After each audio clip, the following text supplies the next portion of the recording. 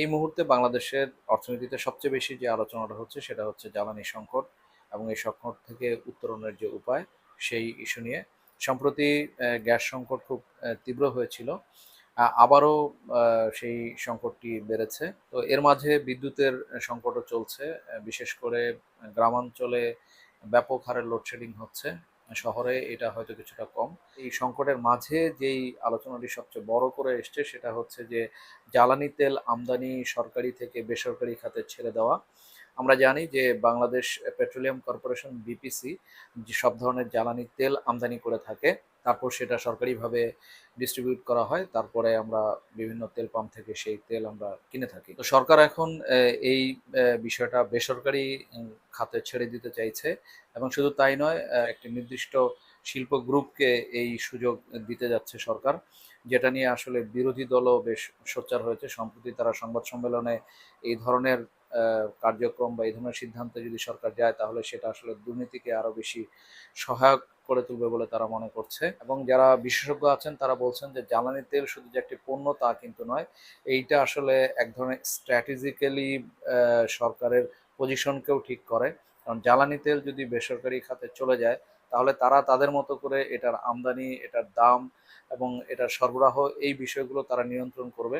তখন আসলে সরকারের হাতে কোনো ধরনের নিয়ন্ত্রণ থাকবে না এবং এই ধরনের নিয়ন্ত্রণ যদি রাষ্ট্রের হাতে না থাকে তাহলে বেশিরভাগ মানুষকে বেসরকারি খাত জিম্মি করে তাদের মতো করে তারা দাম বৃদ্ধি করবে, মুনাফা করবে অথবা সংকট সৃষ্টি করতে পারে, এই আশঙ্কা তারা করছেন। তবে মঙ্গলবার এক অনুষ্ঠানে জ্বালানি মন্ত্রী এই বেসরকারি খাতে জ্বালানি আমদানির যে বিষয়টা সেই বিষয়ে উনি যেটি ব্যাখ্যা দিয়েছেন সেটা হচ্ছে যে এর আগে যখন সরকার দায়িত্ব নেওয়ার পরপরই তেলের সংকট হলো, সেই তেলের সংকটটাকে মাথায় রেখে যে ভোগান্তির যে চিন্তা সেটাকে সামনে রেখে যাতে দ্রুত তেল আমদানি করা যায়, সেই চিন্তাকে মাথায় রেখেই তারা আসলে এই বেসরকারি খাতকে এখানে দিতে চাইছে।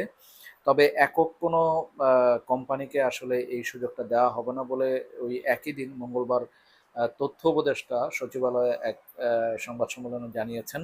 জ্বালানি মন্ত্রী যে অনুষ্ঠানে ছিলেন, একই অনুষ্ঠানে কিন্তু জ্বালানি প্রতিমন্ত্রী একটি কথা বলেছেন। তিনি বলেছেন যে সরকার এখন থেকে এলপিজি আমদানি করবে। কেন আমদানি করবে? কারণ BERC Bangladesh energy regulatory commission যে দামটা বেঁধে দেয় বাজারে, সেটার কোনো ইমপ্লিকেশন থাকে না। মানে অনেক বাড়তি দামে ভোক্তাদের কিনতে হয়। তাহলে এই যে এলপিজির খাতটা এটা বেসরকারি খাতে দিয়েও কিন্তু খুব বেশি কোনো লাভ হয়নি। বরঞ্চ বড়, বড় কোম্পানিগুলো নিজেদের ভিতর সিন্ডিকেট করে দাম বাড়িয়ে ভোক্তাদের উপর আ এই যে চাপ দিয়ে দেওয়া হয়, এইটা আসলে এখন অনেকটাই ওপেন সিক্রেট হয়ে গেছে। তাহলে সরকার এখানে এই বেসরকারি খাতের যে নিয়ন্ত্রণ বা যে সিন্ডিকেট সেটা ভাঙতে নিজেই এলপিজি আমদানির জন্য চেষ্টা করছে।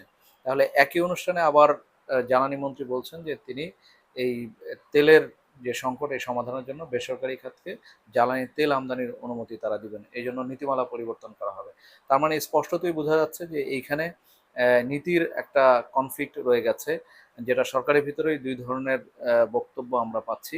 তার মানে বিষয়টা আসলে এখানে স্পষ্ট না। ঠিক তেলের সংকট মেটানোর জন্য যে আসলে বেসরকারি খাতকে দেওয়া হবে বিষয়টা হয়তো সেরকম না। ভিতরে হয়তো অন্য কিছু থাকতে পারে যেটা আমরা এখনো পর্যন্ত জানি না। তবে আমার ব্যক্তিগতভাবে একটা বিষয় মনে হচ্ছে যে অ্যা সরকার আন্তর্জাতিক মুদ্রা তহবিল আইএমএফ এর কাছ থেকে যে ঋণের প্রত্যাশা করছে, তো সেটার একটা প্রাথমিক আলোচনার জন্য আইএমএফ প্রতিনিধি দল জুলাই মাসে বাংলাদেশ সফর করে গিয়েছিল।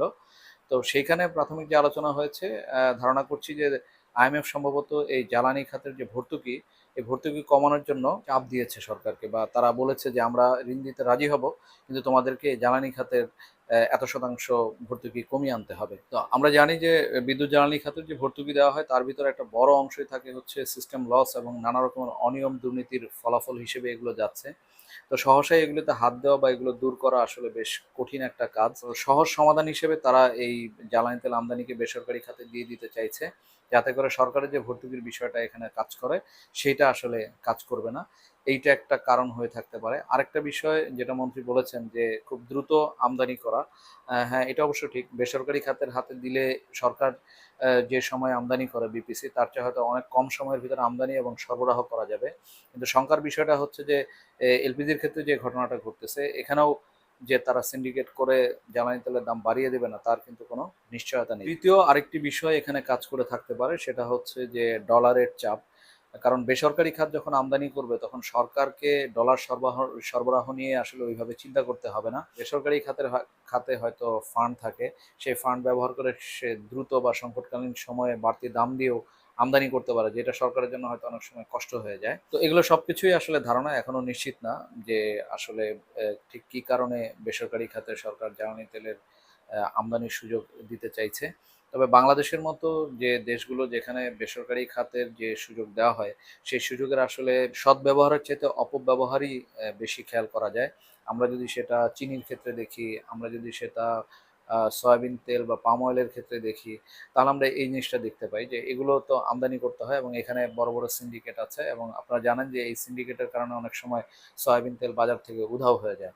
তাহলে এই জ্বালানি তেলের আমদানি যদি বেসরকারি খাতে দিয়ে দেওয়া হয়, তাহলে এইরকম কোনো কিছু আমাদের দেখতে হবে কিনা যে দেখা যাবে ফিলিং স্টেশনে তেল নাই, তেল উধাও হয়ে গিয়েছে। তো আসলে বাস্তব পরিস্থিতি বিবেচনা করেই এই যে সেন্সিটিভ একটি পণ্য, যেটা আসলে সব স্তরের মানুষ কনজিউম করে বা ব্যবহার করে এবং যেটার প্রভাব অর্থনীতির সব জায়গাতে পড়ে, তো সেই আলোকে আসলে সিদ্ধান্ত নিতে হবে। শুধু একপাক্ষিক সুবিধার কথা চিন্তা করে বা যদি আইএমএফ এর লোনের শর্ত হিসেবে এই ধরনের সিদ্ধান্ত নেওয়া দিকে সরকার যেতে চায়, সেটাও আসলে ঠিকভাবে চিন্তা ভাবনা করে আলাপ আলোচনা করেই আসলে সিদ্ধান্ত নিতে হবে। তো এতক্ষণ ধৈর্য ধরে আমার কথাগুলো শোনার জন্য আপনাদের অসংখ্য ধন্যবাদ।